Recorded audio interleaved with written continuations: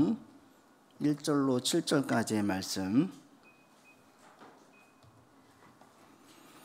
사도행전 12장 1절로 7절까지 한 절씩 교독하겠습니다. 그때에 헤롯 왕이 손을 들어 교회 중에서 몇 사람을 해하려 하여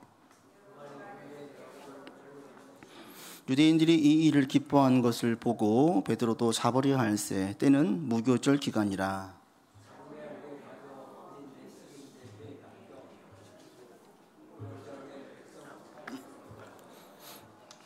이에 베드로는 옥에 갇혔고 교회는 그를 위하여 간절히 하나님께 기도하더라.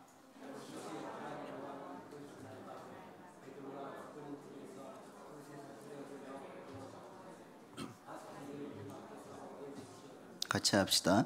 올연히 주의 사자가 나타나매 옥중에 광채가 빛나며 또 베드로의 옆구리를 쳐 깨워 이르되 급히 일어나라 하니 쇠사슬이 그 손에서 벗어지더라. 아멘. 제가 이 사도행전 12장을 읽을 때에 드는 의문이 있었어요.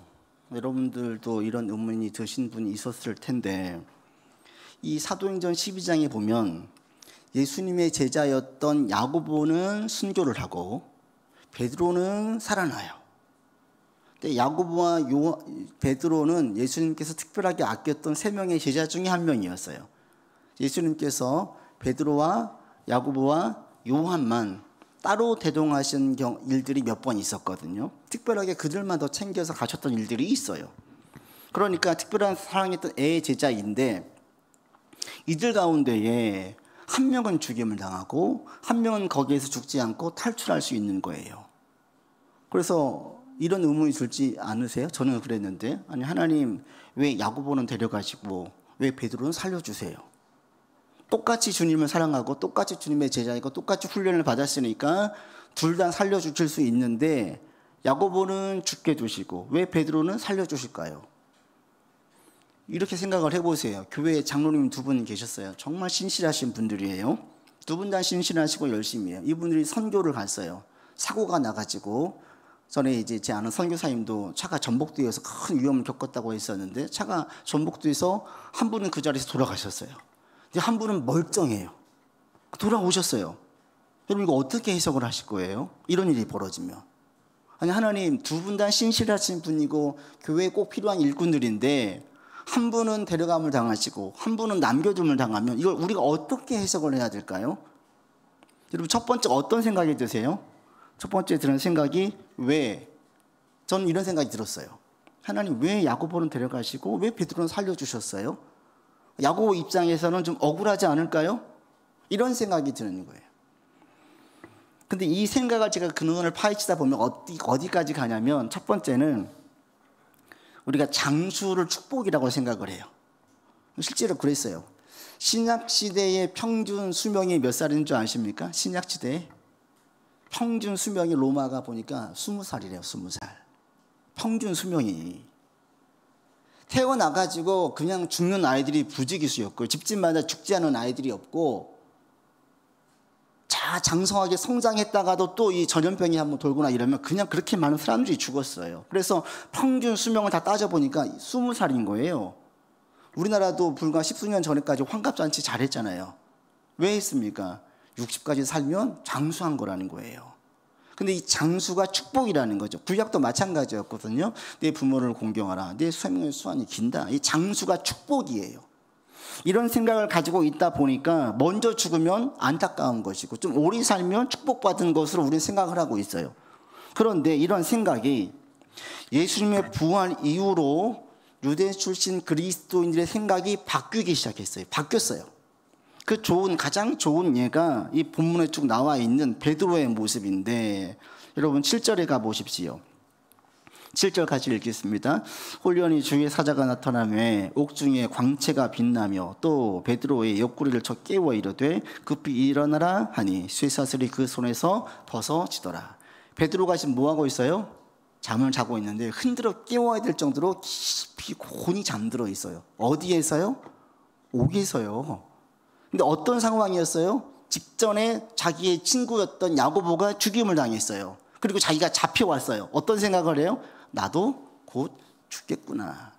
제가 그런 감옥에 가본 적이 있거든요. 성지순례 때. 정말 형편없어요. 돌로 돼가지고 차가워요. 바닥도 차갑고 외풍도 그대로 다 들어오고, 그런 가운데에 이 잠을 자고 있는데 어찌 된 게 베드로가 잠에 골아 떨어진 거예요. 지금 잘 상황이에요? 대부분 이렇게 자기가 죽음이 임박했다라고 느끼면 못 자요. 지난주에 우연히 그 연예인 가운데 박타미님께서 10년 전에 암투병했던 것을 그 새롭게 하소서에서 간증한 걸 기사로 봤어요.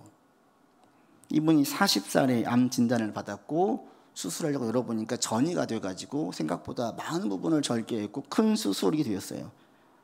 이분이 자기가 죽음이 닥쳐오니까 이제 막 학교 들어간 8살 된 아들, 또 둘째 애 생각을 하니까 잠이 안 오는 거예요. 온갖 생각이 드는 거예요. 그러지 않겠어요?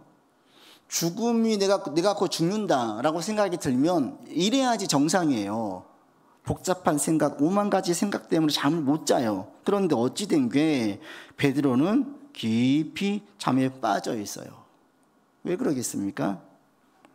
잠에 빠져 있는 이유가 죽음 이후의 세계에 대해서 확신을 하기 때문이에요. 그러니까 여러분, 여기서 다시 한번 우리가 천국이 있음을 믿는 것과 믿지 않는 것 차이가 얼마나 큰지 알 수 있고요. 천국이 가장 좋은 곳으로 인식을 하느냐 하지 않느냐의 차이가 우리 신앙에서 많은 부분에서 나타납니다. 베드로는 부활하신 예수님을 통해서 사실과 함께 있고 자신이 본자리에서 승천하시면서 너희를 위해서 처소를 예배하러 간다, 이 말씀을 듣고 확신을 했어요. 천국은 가장 좋은 곳이구나. 이미 이전에 경험을 했죠. 변화산에서 신비한 경험을 했어요. 그래서 그 자리가 너무 좋으니까 예수님 여기서 초막 셋을 짓겠습니다. 여기서 계속 있지요. 너무 좋은 거예요. 세상에서는 경험하지 못하던 너무 좋은 황홀경과 같은 좋은 경험을 하고 나니까 베드로는 여기가 너무 좋았어요. 그러한 평화와 안식을 주는 곳이 없어요. 근데 주님과 함께 있으면서 이 사실을 경험을 했고, 내가 너희를 위해서 처소를 예배하러 간다는 그 말씀을 듣고 베드로는 죽음 이후의 세계가 불안과 미지의 세계가 아니라 더 좋은 곳, 가장 좋은 곳으로 확신을 했어요. 베드로뿐 아니라 그 당시에 모든 성도들은 이 신앙을 가지고 있었어요. 강한 임박한 종말 사상을 가지고 있었기 때문에 곧 세상 종말이 온다. 그러면 우리는 진짜 좋은 곳으로 간다. 사도 요한이 12 제자 가운데에 가장 오래 살았습니다. 전생에 의하면 90세 이상 살았대요. 이분이 마지막으로 기록한 책이 요한계시록이에요. 천국을 환상으로 봤어요. 하나님께서 환상을 많이 보여주시면서 요한계시록을 썼어요. 그것에 천국을 이렇게 고백을 하죠. 눈에서 눈물을 닦아주셨다. 사망도 없고 애통하는 것도 없고 곡하는 것도 없고 아픈 것도 다시 있지 않는 곳, 그곳이 천국이라는 거예요. 천국은 슬픔도 죽음도 고통도 아픔도 완전히 사라진 곳, 인간의 고난이 더 이상 없는 곳, 영원한 평안과 기쁨과 안식이 있는 곳, 영광스러운 곳, 그곳이 천국이라는 거예요. 이것이 사도 요한이 가지고 있었기 때문에 조금만 더 살았으면 이 생각을 절대 안 해요. 죽음에 대한 미련이 없어요. 아쉬움이 없어요. 죽으면 더 좋은 곳으로 가니까. 그래서 베드로는 지금 어떤 생각이 있냐면, 야고보가 죽었고 내가 곧 죽을 수 있는데 죽으면 어디로 가요? 더 좋은 곳으로 가요. 그러니까 불안과 근심과 걱정이 없는 거예요. 그래서 잘 수 있는 거예요. 여러분 한번 생각을 해보세요. 자, 2명의 친구가 작정을 하고 유럽으로 배낭여행을 갔어요. 근데 갑자기 한국에서 소식이 와서 한 명이 급하게 들어오게 됐어요. 어떤 생각이 들어요? 아쉽죠. 그죠? 작정을 하고 갔는데. 이런 경우는 아쉬워요. 그런데 2명의 배낭여행 중에 한 명이 우연히 행운권을 뽑았는데 거기에서 어떤 게 당첨됐냐면 한 달간 무상으로 세계 여행을 크루즈로 다닐 수 있어요. 이 기회를 얻었어요. 그래서 친구에게 작별을 했어요. 빠이빠이 하고 갔어요. 아쉬워합니까? 부러워합니까? 다 부러워하죠. 나는 배낭여행하면서 쩔쩔매면서 고생하는데 저 친구는 저 유람선 타고 아주 호의호식하면서 세계 여행을 다닌다 생각을 하면 부럽지 않아요? 천국이 더 좋은 곳이라는 생각을 하면, 확신을 하면 죽음이 안타까운 게 아니라 부러워할 수 있는 거예요. 그래서 천국에 대한 확신을 가지는 것, 가장 좋은 곳으로 믿는 것은 너무 중요하고요. 사도 바울도 삼층천 천국을 다녀왔어요. 그러니까 이 땅에 대한 미련이 없어요. 열심을 내고 사명을 감당하지만 죽으면 감사한 것이고 살려주면 다시 사명을 감당하면 되는 것이고, 그렇기 때문에 죽음이 안타까운 게 아니었어요. 그러니까 여러분 가운데 천국이 있는가 없는가 확신하지 못하면 우리가 힘들 때에 삶을 바라보는 관점과 생각과 반응이 달라요. 천국이 분명히 있다, 그리고 가장 좋은 곳이다, 이 확신이 결정적인 생각, 그 결정적인 상황, 그러니까 죽음에 대한 엄습이 오고 강한 절망이 나를 막 억누를 때, 그때 이것을 이겨낼 수 있느냐, 거기에 그냥 탄식하고 무너지느냐, 이걸 뭐가 가지고 오냐면 천국에 대한 확신이 있느냐 없느냐가 가지고 와요. 초대교회의 모든 성도들은 확신을 가지고 있었어요. 여러분 가운데 이런 믿음이 있기를 바랍니다. 천국은 분명히 있고요, 가장 좋은 곳이에요. 그래서 우리가 죽으면 안타까워할 게 아니라 사실은 부러워해야 되는 거예요. 근데 문제는 우리가 거기를 안 갔다 왔거든. 우리에게 그런 믿음이 없으니까 여러분이 안타까워하는 것이지, 이 믿음이 확실하게 있으면 믿음이 있는 자들은 안타까워하지 않아요. 여기 있는 성도들도 베드로를 위해서 나중에 간절히 기도하는데 안타까워서 기도하는 게 아니에요. 그들에게 필요하니까 기도한 거예요. 지금 우리에게 사도 베드로가 필요합니다. 그리고 주님 살려주십시오 라고 기도를 했던 거예요. 우리가 또 하나 안타까워할 때 부분이 그런 부분이죠. 아직 재능을 다 못 피웠는데. 젊은 사람이 죽으면 안타까워해도, 저도 장례식장 가보면 그런 분들이 죽음 볼 때는 안타까워요. 그런 마음이 들어요. 근데 우리가 참 저 있는 재능을 다 피워야 되는데, 야고보도 마찬가지죠. 예수님께서 3년 이상 동안 훈련을 받고 사도로서 섰어요. 할 일이 얼마나 많아요. 근데 왜 데려가셔요? 안타깝지 않아요? 그 능력을 좀 다 피워야지. 근데 이건 우리의 생각이야. 인간의 생각이에요. 하나님의 생각은 달라요. 만약에 이런 관점이라면 예수님께서 부활하신 다음에 왜 40일 만에 승천하십니까? 한 1년 계시고 2년 계시고 3년 계시면 더 많이 믿지 않겠어요? 부활하신 주님께서 많은 능력을 행하시면 더 많이 믿지 않겠어요? 왜 예수님께서 40일 만에 올라가시냐고요? 더 계시지. 인간적인 생각으로는 좀 더 계시는 게 이로울 것 같고 많은 능력을 행하실 것 같은데 올라가셨어요. 그리고 지금 현실 이 상황까지 왔어요. 온 세계에 예수를 모르는 사람이 없는 상황까지 왔어요. 우리 생각에는 능력을 다 못 펼칠 것 같은데 하나님의 생각에서는 아니, 다르다는 거예요. 야고보의 죽음은 안타까운 죽음이 아니라 하나님의 권능이 미친 죽음이었어요. 하나님의 보호와 계획 가운데에서의 죽음이었어요. 베드로의 살리심만 하나님의 권능과 보호와 계획 속에 있는 것이 아니라 죽음도 하나님의 보호와 계획 가운데 있는 죽음이었어요. 우리가 예수를 주로 고백하면, 이런 고백하면 하나님께서 우리의 인생을 책임지세요. 이게 성도의 견인인데 천국 가는 그날까지 책임지세요. 여러분에게 이런 믿음이 있기를 바랍니다. 그러니까 어떤 상황이 돼도 우리는 절대 안 죽어요. 어제도 어느 우리 아는 권사님과 식사를 하면서 사업하셨던 권사님들 그 얘기를 하시는 거예요. 100억 대의 자산가들 가운데 주변에 2명이나 자살을 했대요. 너무 안타까우면서 저분도 예수를 믿었더라면 하는 그런 마음이 들었대요. 여러분은 설령 죽고 싶어도 절대 스스로 목숨 끊지 마세요. 그럴 고난이 없어요. 생명의 고난은 하나님께 있어요. 하나님께서 우리를 천국 가는 그때까지 확실하게 책임지세요. 여러분, 이 시간 이런 믿음이 여러분 가운데 있기를 바랍니다. 확신하기를 바랍니다. 믿는 자들은 하나님께서 지켜주세요. 끝까지 책임지세요. 천국 가는 그날까지. 그러니까 지금 어렵다고 해서 절망하지 마시고 낙심하지 마시고, 상황 보면 낙심이 되는데 하나님을 보고 다시 소망을 가지세요. 이게 믿음의 사람들의 반응입니다. 하나님을 아버지로, 예수님을 나의 구주로 믿고 나아가면 주께서는 우리를 쓰시고요, 우리의 쓰심은 우리가 볼 때는 안타까움인데 하나님 편에서 보실 땐 전혀 안타깝지 않아요. 나보다 나를 더 잘 아시는 하나님께서 우리를 아주 쓰시고 데려가셨다면 주님께서는 거기까지만 그 사람의 역할인 거예요. 그게 안타까울 일이 아니에요.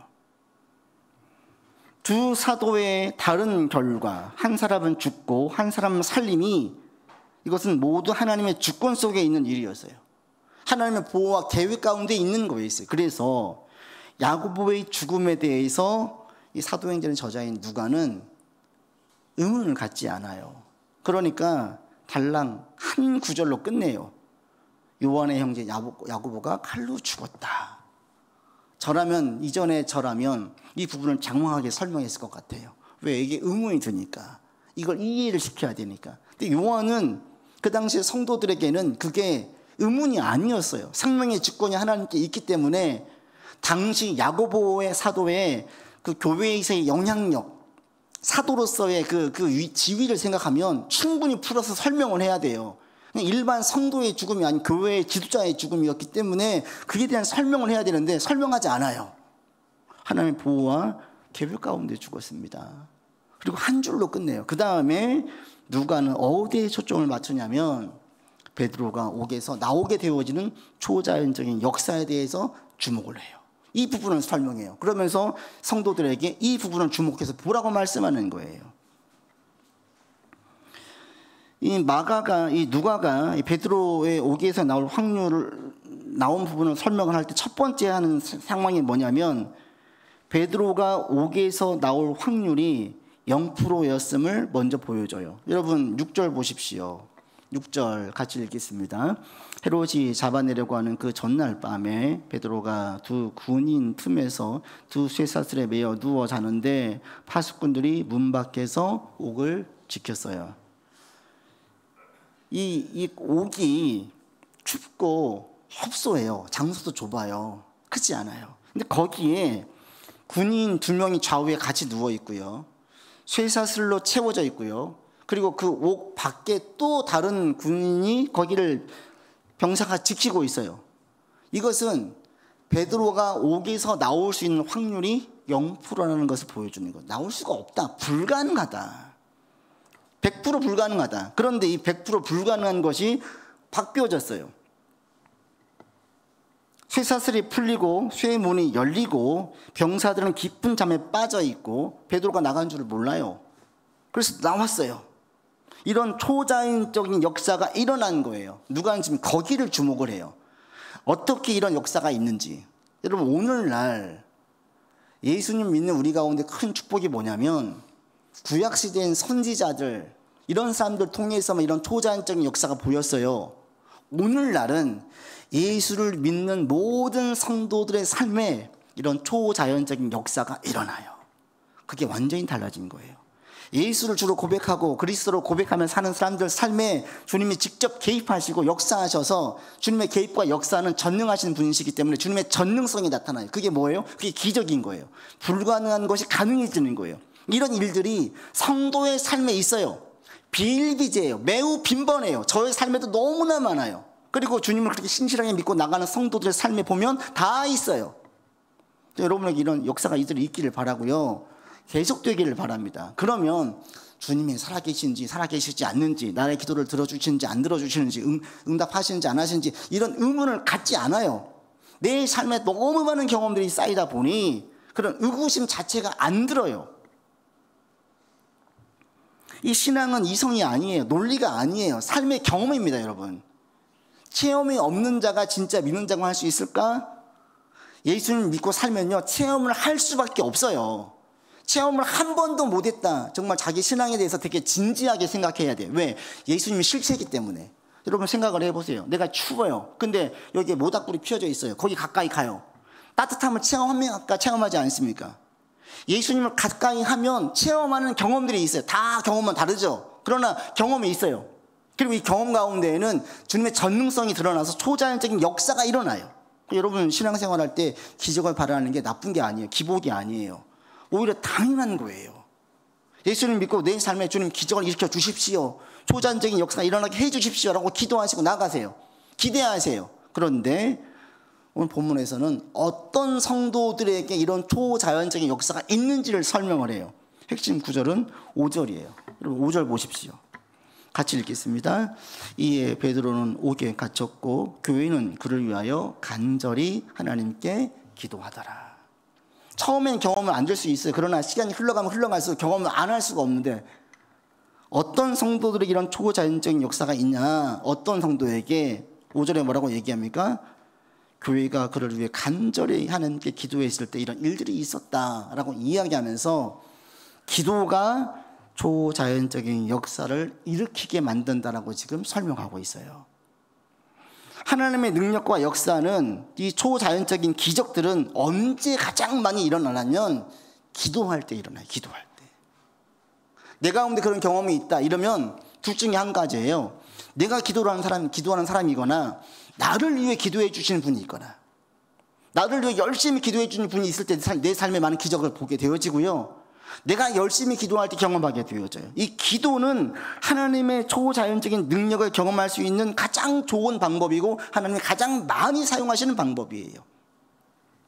하나님께서 엘리야에게 말씀하셨습니다. 3년간 가뭄이 들었던 그 땅에 비를 내리겠다라고 말씀하세요. 엘리야를 보내요. 엘리야가 왕 앞에서 나가서 얘기합니다. 비가 올 것입니다. 그런데 선포하는 게 아니라 엘리야가 뭐합니까? 기도해요. 기도.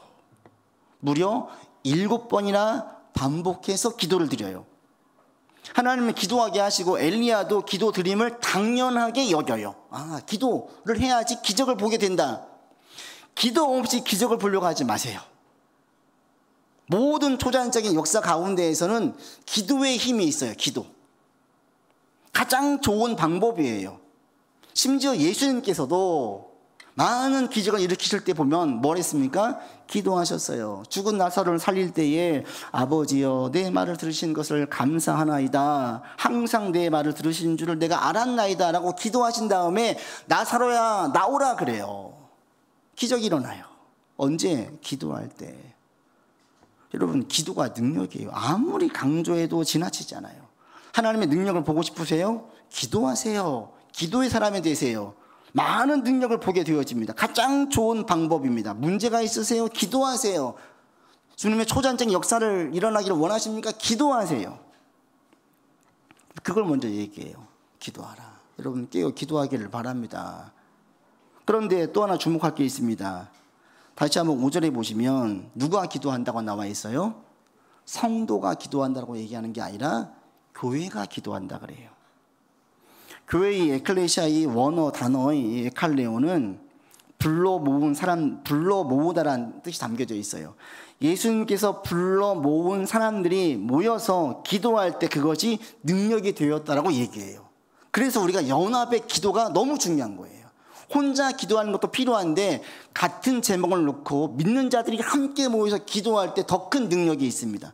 두세 사람이 내 이름으로 모이는 곳에 주님께서 함께 하신다고 그랬어요. 하나님의 능력이 나타나게 한대요. 여러분, 문제가 있을 때에 혼자 기도하지 마시고 기도의 사람에게 부탁하는 거예요. 같이 기도하는 거예요. 그럴 때 능력이 더 있어요. 그래서 제가 여러분 공동체 가운데 이거 같이 기도합시다. 이 기도는 그냥 요식 행위가 아닙니다. 함께 기도할 때 더 큰 능력이 나타나는 거예요. 그러니까 같은 제목으로 기도하는 것은 너무너무 좋은 거예요. 그러니까 문제가 있으면 여러분 남편에게 또는 기도하신 그 어머님에게 또는 교회 목사님에게 성도들에게 주변에 나를 위해 진짜 아끼고 기도해 주신 분들에게 부탁을 해요. 같이 기도해 주세요. 이런 문제를 같이 기도하고 있습니다. 이런 문제가 있습니다. 이런 문제가 해결되기를 원합니다. 부탁을 해요. 같이 기도하세요. 그때 주님의 역사가 더 있다라는 거예요. 또 한 가지를 얘기합니다. 여러분 다시 한번 5절 읽어보고 이 문장을 좀 외워도 좋을 것 같고 묵상하셔도 좋을 것 같습니다. 다시 한번 읽겠습니다. 이에 베드로는 옥에 갇혔고 교회는 그를 위하여 간절히 하나님께 기도하더라. 교회가 기도하는데 하나 그 영혼을 넣었어요. 부사를 넣었는데 뭐예요? 간절히. 이 간절이란 말이 큰 소위로 통성으로 이런 뜻이 아니에요. 이 당시에는 지금 핍박이 있는 시대나 모여도 소리를 낼 수가 없어요. 이 간절이란 뜻이 뭐냐면 어떤 의미냐면 간절히 기도했다는 게 어떤 의미냐, 이것은 장시간 절박한 심정으로 끊임없이 하나님께 매달렸다는 거예요. 집중해서 매달렸다는 거예요. 이게 간절이에요.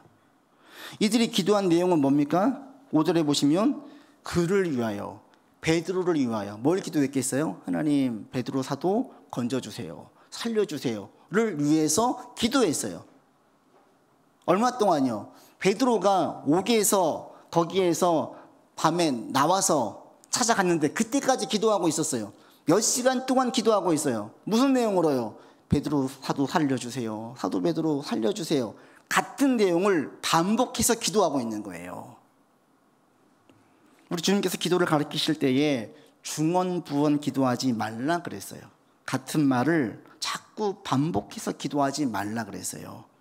이방인같이 중언부언해야지, 말을 많이 해야지 들으실 줄 생각하지 마라 라고 얘기하셨어요. 그런데 같은 말을 계속 반복하는 것이 중언부언인데, 그냥 무조건 같은 말을 계속 많이 기도하는 게 중언부언이 아니에요. 중언부언은 뭐냐면 마음에 없는 기도예요. 전혀 갈급함이 없어, 간절함이 없어. 시간 때우려고 예를 들면 주기도문을 100번 외우는 거예요. 시간 잘 가겠죠? 천천히 주기도문을 100번, 1000번 외워요. 시간은 오랜 시간 기도하는 거예요. 이건 중언부언이에요. 근데 우리의 삶에 큰 문제로 씨름하게 되어지면 기도가 나오죠. 저도 그런 경험이 몇 번 있어요. 너무 힘든 일이 있었어요. 기도를 하는데 길을 갈 때도 기도하고, 운전할 때도 기도하고, 설교 준비를 하다가도 기도하고, 이 같은 기도가 계속 나와요. 근데 이 갈급함이 사라지지 않아요. 이 간절함으로 계속 기도하게 돼요. 이거는 중언부언이에요. 이건 의미 없는, 응답이 없는 기도가 아니에요. 이런 중언부언은 응답이 있어요. 지금 이때 모여가지고 뭐 했느냐? 간절히 중언부언했어요. 하나님, 사도 베드로 살려주십시오. 여러분, 그러니까 어떤 문제가 있어요? 오랜 시간 기도하는 게 때로는 필요해요. 작정을 해서 내가 매일같이 10분, 20분 기도했는데 어떤 큰 문제가 생겼어요? 30분, 1시간 작정하세요. 2시간 작정하세요. 찬송하다가, 기도하다가, 말씀 보다가, 또 기도하다가, 이 간절함이 있으면 계속 기도하세요. 그 기도가 하나님께 쌓여요. 그 기도가 능력이 있다는 거예요. 그래서 사도 이 누가는 기도가 초자연적인 역사를 일으키도록 만들었다라는 것을 보여주고 있어요. 초대교회 성도들의 가장 큰 특징 중에 한 가지가 뭐냐? 기도하는 사람들이었어요. 저는 여러분 모두가 이런 기도의 사람이 되면 좋겠습니다. 기도할 때에 하나님의 초자연적인 역사를 보게 되어져요. 그래서 하나님께서 우리의 삶에, 믿음의 사람의 삶에 개입하세요. 일반 세상 사람들 삶에서는 하나님의 창조 섭리 가운데 인생이 끝나가는데, 하나님께서 믿음의 사람들의 삶에는 특별하게 개입하실 때가 있어요. 믿음으로 순종하고 말씀으로 따라 살게 되어지면 우리의 삶을 주께서 개입하세요. 하나님의 보호와 계획 가운데 우리의 삶을 인도해 주세요. 그러면서 초자연적인 역사들을 많이 보게 되어져요. 여러분들이 다 이런 경험이 있으면 좋겠어요. 많아지면 좋겠습니다. 주님의 이런 개입하심은 우리를 부르시는 천국 가는 그날까지 계속됩니다. 여러분, 이런 믿음을 가지시고 여러분이 어떤 상황에 있든지 힘써 기도하시면서 나아가시길 바랍니다. 또 우리가 함께 연합해서 기도하기를 바랍니다. 그리고 간절히 끊임없이 장시간 동안 기도한 시간들을 확보하시기를 바랍니다. 그래서 여러분의 역사가 거기에서 있음을 아시고 주께서 그 가운데 이끌어 주심을, 내 모든 삶이 하나님의 주권과 보호 가운데 있다, 이걸 확신하시면서 믿음 가운데 이겨내는 한 주 되기 바랍니다. 아버지 하나님, 야고보의 죽음도 하나님의 보호와 계획 가운데 있었고, 베드로의 살림도 하나님의 보호와 계획 가운데 있었습니다. 천국에 대한 신앙, 확신과 소망을 가지고 살게 하시고 의심하지 아니하는 우리가 되게 하여 주시고 믿음을 굳세게 하사 이걸 붙들고 이 세상에서 열심을 낼 수 있게 인도하여 주시옵소서. 모든 주권이 주님께 있고 주님께서 특별히 믿는 자들의 삶을 지켜주시고 보호하신다라고 말씀하셨습니다. 이 믿음 가운데 어떤 상황이 있든지 담대하게 소망 가운데 나아가게 하여 주시고, 하나님, 우리가 말씀을 듣고 이해하고 아멘으로 고백하는데 그치지 아니하고 무릎을 꿇고 주님께 기도하는 자 되게 하여 주시옵소서. 주님께 기도하고 간절히 간구함으로 많은 응답을 보기를 원합니다. 주께서 함께 해주시고 기도의 사람으로 서서 우리가 주 앞에서 많은 능력을 보는 일들이 우리의 삶에 있게 하여 주시고 있음을 기대하면서 힘써 기도하게 이끌어 주시옵소서. 우리 구주 예수 그리스도 이름으로 기도드립니다. 아멘.